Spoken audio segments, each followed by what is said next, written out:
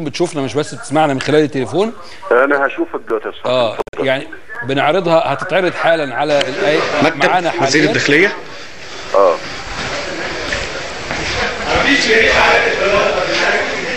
ايوه، ده مكتب وزير الداخليه، وده ورق مفروم،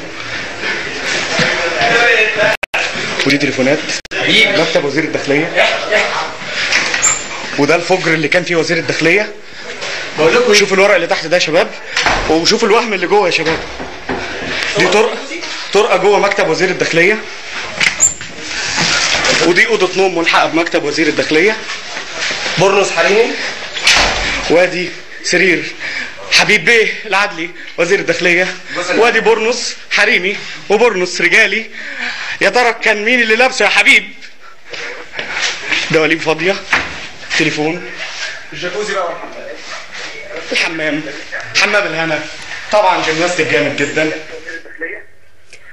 حسن، واضح انه يعني الايام الجايه هتكشف شويه حاجات من الحاجات الغريبه جدا، بس هي لحظات ضروريه دايما في اوقات الثوره.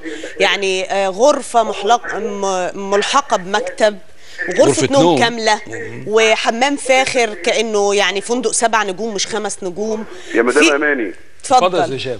انا هسالكم وانتوا اعلاميين وانا صحفي.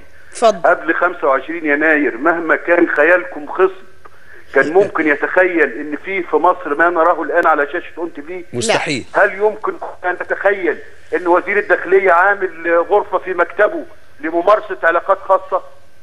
مستحيل حد كان يتصور حتى الان على محاكمه هؤلاء المجرمين والسفاحين. لن نصبر.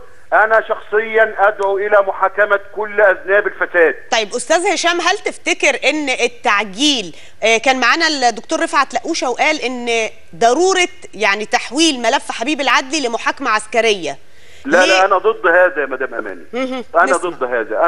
أنا مع أن يحاكم حبيب العدلي أمام قاضيه الطبيعي، لأن ملفه مدخل، ولسنا بحاجة إلى إصدار أحكام عسكرية لنضمن أنها رادعة. ما يوجد في ملف حبيب العدلي يكفي لإعدامه، وأنا أثق في ذلك. أنا أثق تماما أن حبيب العدلي سوف يحصل على حكم الإعدام الذي يستحقه، لكن دعنا نتعامل مع حبيب العدلي بوصفه مواطن أو متهم، من حقه أن يكون له دفاعه الخاص، ومن حقه أن يحاكم أمام قاضيه الطبيعي حتى لا يظلم التاريخ ثورة 25 يناير. صحيح. وبعدين يتقال عليها زي ما اتقال على ثورة يوليو ان هي حولت ناس لمحاكمات عسكرية او محاكمات الثورة. لا، انا ضد ده. يحكم امام قضية طبيعي. طيب استاذ هشام، يعني نحن امام موقف حرج وامام ظروف تتطلب الاجراءات السريعة. الجهة ربما تكون الجهة الاولى والوحيدة التي يمكن ان تتخذ اجراءات سريعة ورادعة لحماية بقية المستندات اللي موجودة في كل الوزارات، وطبعا في ايضا في الاجهزة اللي موجودة في وزارة الداخلية، هي القوات المسلحة، المجلس الاعلى للقوات المسلحة.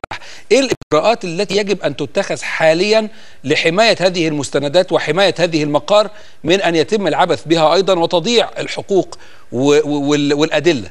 انا عايز اقول لحضرتك على حاجة يا استاذ حسن. يعني انا الحقيقة اشفق كثيرا على المجلس الاعلى للقوات المسلحة. صحيح. هو